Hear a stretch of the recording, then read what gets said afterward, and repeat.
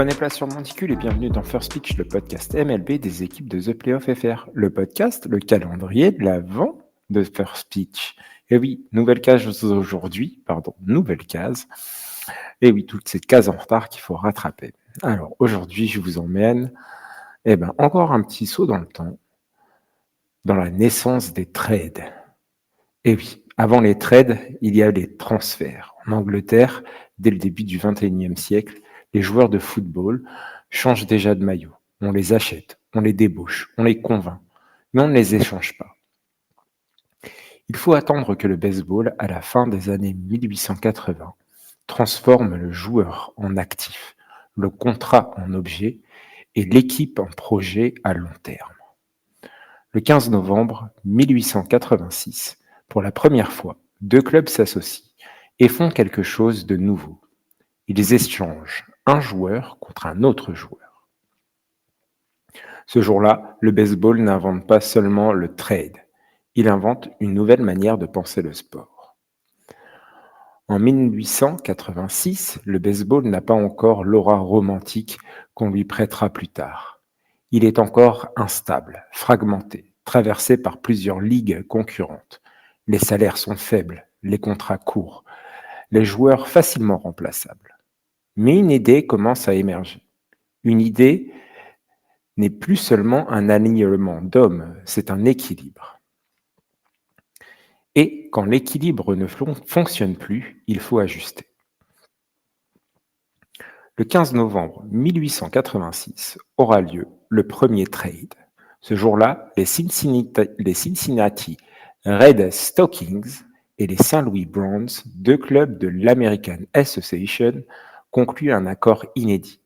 Cincinnati envoie Jack Bald, catcheur rookie surnommé Honest Jack, et $400, environ $10,000 actuels, et Saint Louis envoie Hug Nicol, petit voltigeur rapide d'à peine 1,63 m. Ce n'est pas un transfert, ce n'est pas une vente, c'est un échange structuré, réfléchi, assumé. Pour la première fois, un joueur est déplacé, non pas pour être remplacé, mais pour équilibrer deux projets sportifs. Des joueurs ordinaires, une idée révolutionnaire. Ni Jack Bald, ni Hug Nicol ne sont des superstars. Et c'est justement ce qui rend l'événement fascinant. Bald aura une longue carrière sans éclat. Nicol deviendra un phénomène à sa manière.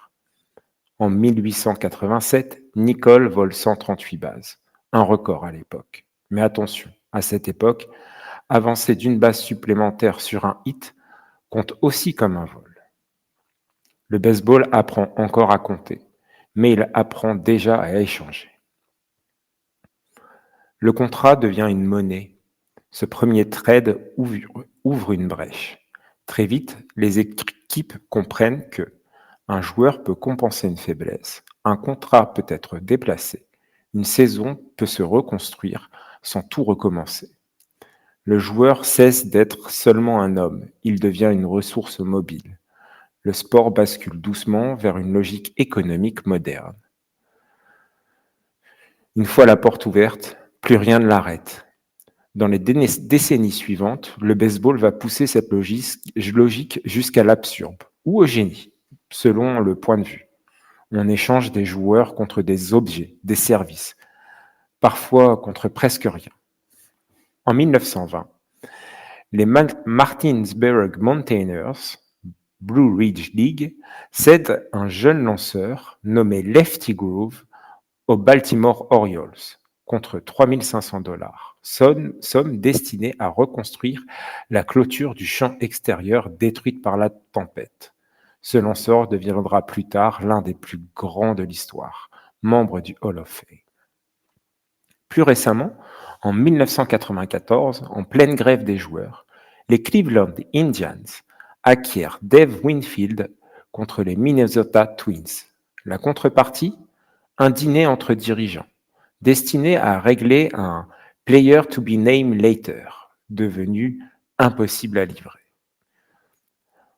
En 1921, les Dallas Stars envoient le lanceur Joe Martina aux New Orleans Pelicans, entre deux barils d'huîtres.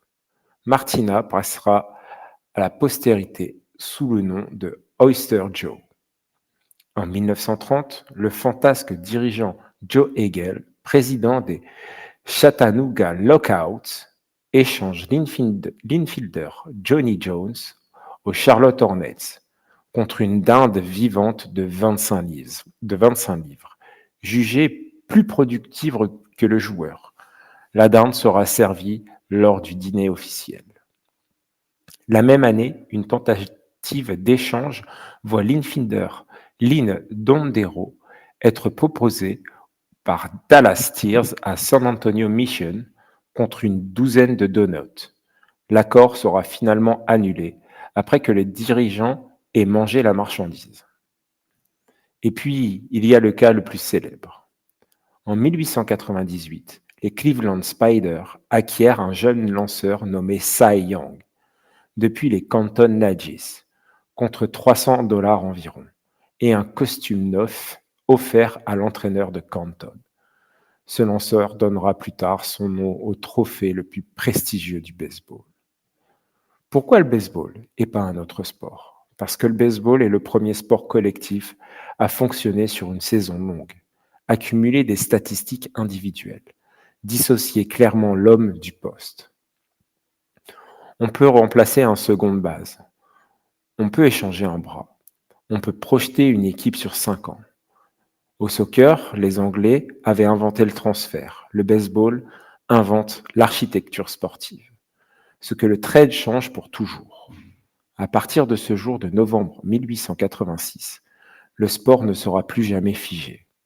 On gagne plus seulement sur les terrains. On gagne dans les bureaux, dans les négociations, dans les projections. Le manager devient stratège. Les dirigeants deviennent bâtisseurs. Le joueur devient une variable, mais jamais totalement. Car derrière chaque trade, il y a toujours une histoire humaine qui voyage avec le contrat. Le premier trade de l'histoire n'a pas changé une saison.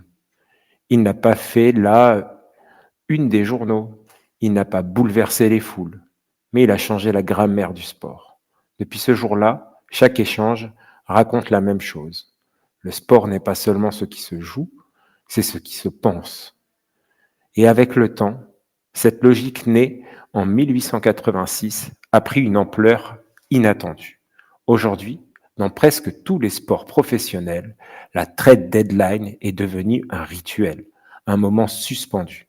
Pendant quelques heures, parfois quelques minutes, les fans ne regardent plus le terrain. Ils scrutent les notifications. Ils rafraîchissent le fil d'actualité. Ils retiennent leur souffle. Les émotions sont brèves, mais intenses. L'espoir d'un renfort salvateur, la peur de perdre un joueur aimé, la projection immédiate vers un futur qui n'existe pas encore. Ce jour-là, le sport ne vit plus en action ou en statistique, mais en scénario, en hypothèse, en rêve. Sans le savoir, le 15 novembre 1886 n'a pas seulement inventé le trade, il a inventé l'attente. Voilà, c'est tout pour cette case. Je vous souhaite un joyeux Noël et à très vite pour la prochaine case.